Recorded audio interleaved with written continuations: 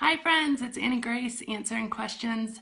I am the author of This Naked Mind, and today I have a question from Claire. And Claire asks, do you find vacations, birthdays, and Christmas better without the alcohol? I'm imagining yes, but I really want to hear about it. It's my first wine free vacation coming up in July, and the minute you arrive at a place, they usually greet you with a drink. It's everywhere, but it's especially when you're on holiday. Um, so vacations, first of all, I think, the point of vacations in a big part is to relax, to unwind, to enjoy our surroundings, to enjoy the company that we're with, our family or our friends. And the beauty of a vacation is they give you a really good shot of doing that because you've removed all your day-to-day stressors. You've basically unplugged from your typical life. It's taken you out of your environment. So you have a really good shot at just enjoying yourself and really relaxing. And what relaxing is, it's not having any cares or any worries. So if I'm on the beach and it's sunny and I feel the breeze on my skin and, over the ocean and I've got a really good book and I'm just there without a care in the world, I feel really, truly, fully relaxed in that moment.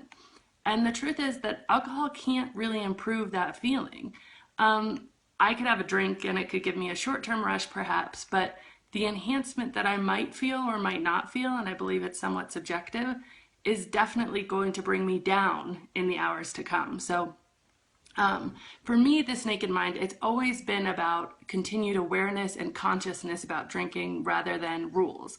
So I've really always tried to sort of explore how I really feel about the instance rather than impose rules on myself, because the truth is, and I'm not necessarily proud of this, but I'm just somebody who completely bucks against rules. Like, if you tell me I can't do something, I want to do it.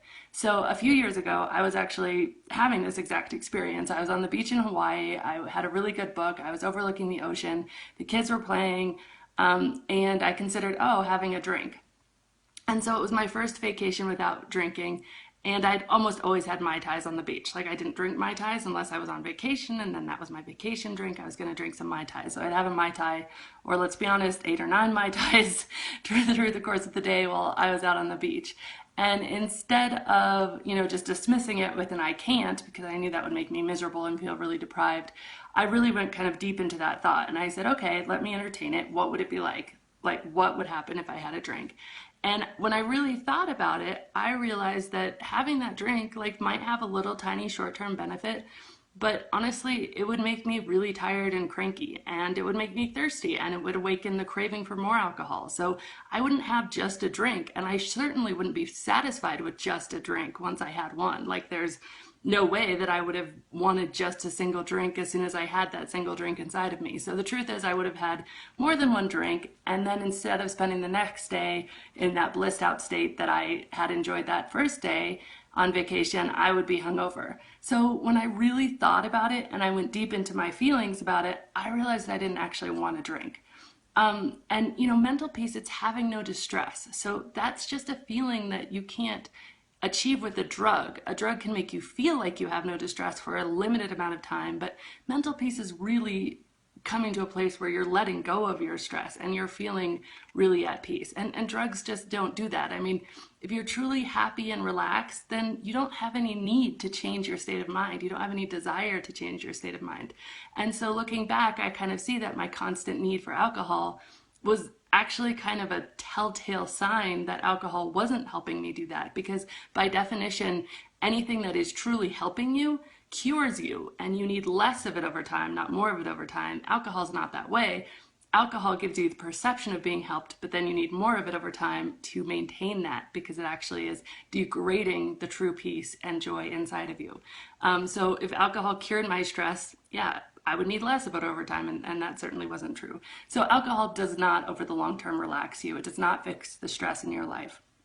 And it inebriates you, which in the short term covers the pain, but it never truly relaxes you. That's just not something it physiologically does over time. So, that's kind of my answer for vacations. And then in terms of holidays like birthdays and Christmas and Thanksgiving, the big one here for me is memories. So when I was drinking, I just missed a lot. Like, a holiday by definition is, oh great, so it's noon and we started cooking the turkey so we can start drinking the wine, and then you drink from noon till you go to bed. And so things were really fuzzy. And once I had kids, before it was kind of like all holidays sort of blended in and it was kind of funny to not really remember. But once you have kids and you realize how fast time is going and how much you're missing, anyway, just as them growing up, you look and they're bigger than they were the day before.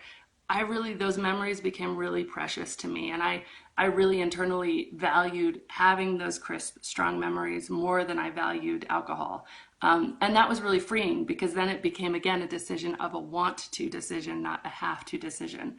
So I'll end on that note and say that it truly is all in how you see it and how you view it. So again, there's a saying that I like, and it's if you tell yourself you can or you tell yourself you can't, you'll be right. And if you tell yourself that you can be truly happy, happier even without drinking, and that you don't actually need it, you'll be right. Equally, if you tell yourself you'll be missing out and that you're gonna not have such a good time on your holiday, you'll be right. So you need to, try to come to a place where you see not drinking as a gift to yourself, a gift of presence, a gift of crisp, true, lasting memories, a gift of real, deep joy and peace and lack of stress.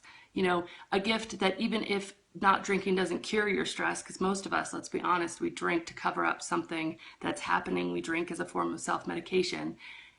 You're getting the gift of finding out why then you're stressed to begin with. And you're getting the gift, no matter how hard it is, to be awake and aware enough and not medicating the symptoms enough to work on the stress so that you can come out the other side of it. So if you see not drinking as a gift to yourself, and if you see it that yes, absolutely, you didn't need it, look at the kids on the beach, they don't need it, you don't need it, then you can make it that no, you don't need it, and you really truly are happier. But equally, if you see it as a deprivation, if you see that everyone else gets to do this is a vacation, why can't I have a drink, and you get into that thought process, then that's exactly what you're going to find. You're going to find resentment. You're going to find a sense of misery. You're going to find a sense of deprivation, and you're going to make yourself miserable. So my friend told me once when I was first writing this book and I made him read an early draft and I was kind of trying to explain the theories to him, he goes, okay, so what you're telling me basically is that you're brainwashing yourself into believing that you don't want to drink anymore. And I was like, what? But you know what? Yes, that's right. That's exactly what I'm doing. I am washing my brain. I'm washing my brain on a constant daily basis of all the false messages, all the advertising, all the societal cues, all the perceptions around alcohol. I'm washing it. I'm washing away the untrue beliefs that alcohol is going to enhance my vacations and my holidays.